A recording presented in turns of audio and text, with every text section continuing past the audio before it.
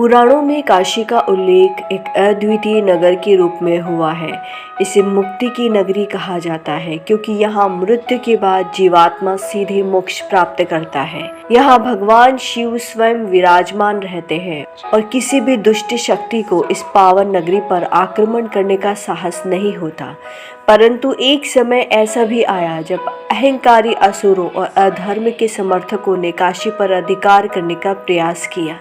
तब शिव ने काल भैरव के रूप में अवतार लेकर काशी की रक्षा की थी। पौराणिक कथाओं के अनुसार काशी शिव की प्रिय नगरी है। यह नगरी सदा शिव की कृपा और शक्ति से सुरक्षित रही है।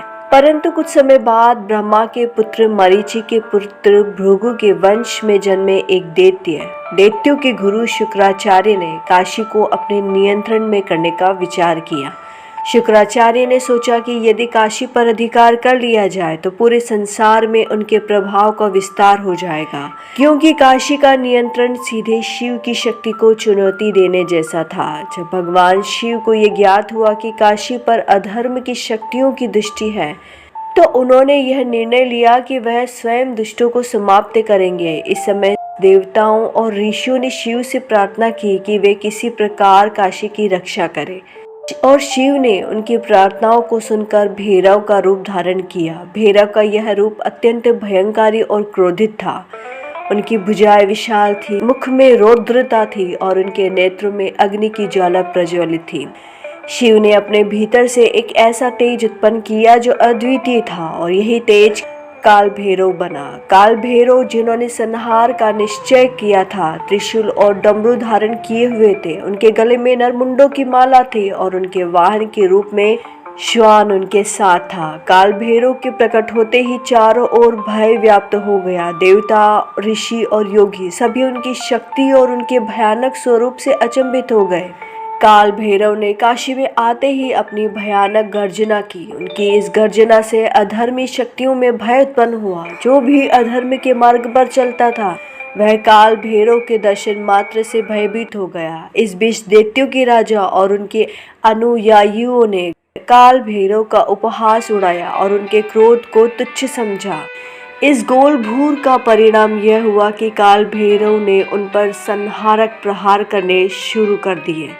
काल भैरव ने त्रिशूल से असुरों का वध किया। उनके मार्ग में आने वाले हर दुष्ट का संहार किया। चारों ओर त्राही त्राही मच गई और अधर्मी शक्तियां भागने लगी। ब्रह्मा ने एक बार स्वयं को सृष्टि का स्वामी मान लिया और यह सोचा कि उन्हें ही समस्त ब्रह्मांड का ज्ञान है।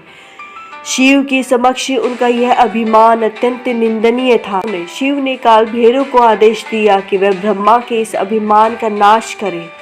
काल भैरव ने बिना किसी संकोच के ब्रह्मा के 5वें मस्तक का वध किया, जो ब्रह्मा के गर्व और अज्ञान का प्रतीक था। इसके बाद काल भैरव के हाथ में ब्रह्मा का कपाल रह गया, जिसे उन्हें पूरे ब्रह्मांड में लेकर घूमना पड़ा।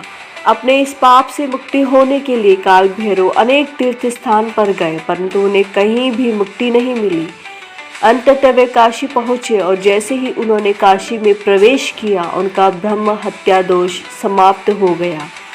काशी ने उन्हें वह शरण दी जो किसी अन्य स्थान ने नहीं दी थी। काशी में प्रवेश करते ही उनका कपाल हाथ से गिर गया और वे ब्रह्म हत्या के पाप से मुक्त हो गए। इस घटना के बाद से काशी को मोक्ष की नगरी कहा जाने लगा, क्योंकि यहाँ आने वाला हर व्यक्ति अपने पापों से मुक्त हो सकता है।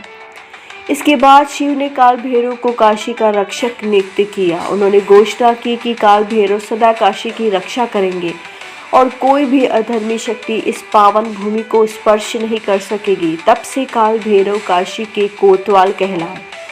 कोई भी व्यक्ति, चाहे वह मानव हो या देवता, बिना काल भैरव की अनुमति के काशी में प्रवेश नहीं कर सकता।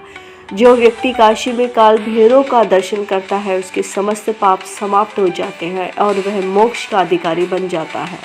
इस प्रकार काल भैरव का अवतार अधर्म का नाश करने और काशी की रक्षा के लिए हुआ था। काशी में काल भैरव का मंदिर आज भी उसी पवित्रता और भय मुक्ति का प्रतीक है। ये कथा न केवल काल भैरव की महिमा का बखान करती है, बल्कि हमें ये बताती है कि अहंकार और धर्म का नाश अनिवार्य है और सत्य और धर्म सदा विजयी होती है। जो व्यक्ति शिव की शरण में आ जाता है वह समस्त पापों से मुक्त हो जाता है और उसे मोक्ष प्राप्त होता है। काल भैरव के साथ काले कुत्ता ही क्यों था?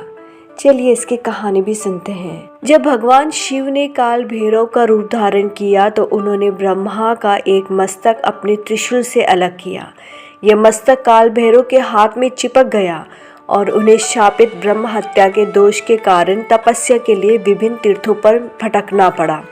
इस समय काल भैरव के साथ एक काले कुत्ते ने उनकी सेवा की और उन्हें किसी भी खतरे से बचाने के लिए उनके साथ बना रहा। यह कुत्ता काल भैरव के प्रति समर्पित था और हमेशा उनकी सेवा में लगा रहता था। इस कथा का संदेश यही है कि कुत्ता एक निष्ठावान रक्षक है जो काल भैरव के रौद्र रूप का प्रतीक बन गया। काल भैरव के साथ काले कुत्ते का होना उनके संरक्षक और शक्तिशाली गुणों का प्रतीक माना जाता है। इस मान्यता के अनुसार तांत्रिक साधक भी काल भैरव की कृपा पाने के लिए काले कुत्ते को भोजन कराते हैं और उन्हें पूजते हैं, क्योंकि वे कुत्तों को काल भैरव के दूत के रूप में देखते हैं। और यदि कहानी आपको अच्छी लगी है तो please like, share and subscribe my channel. Thank you.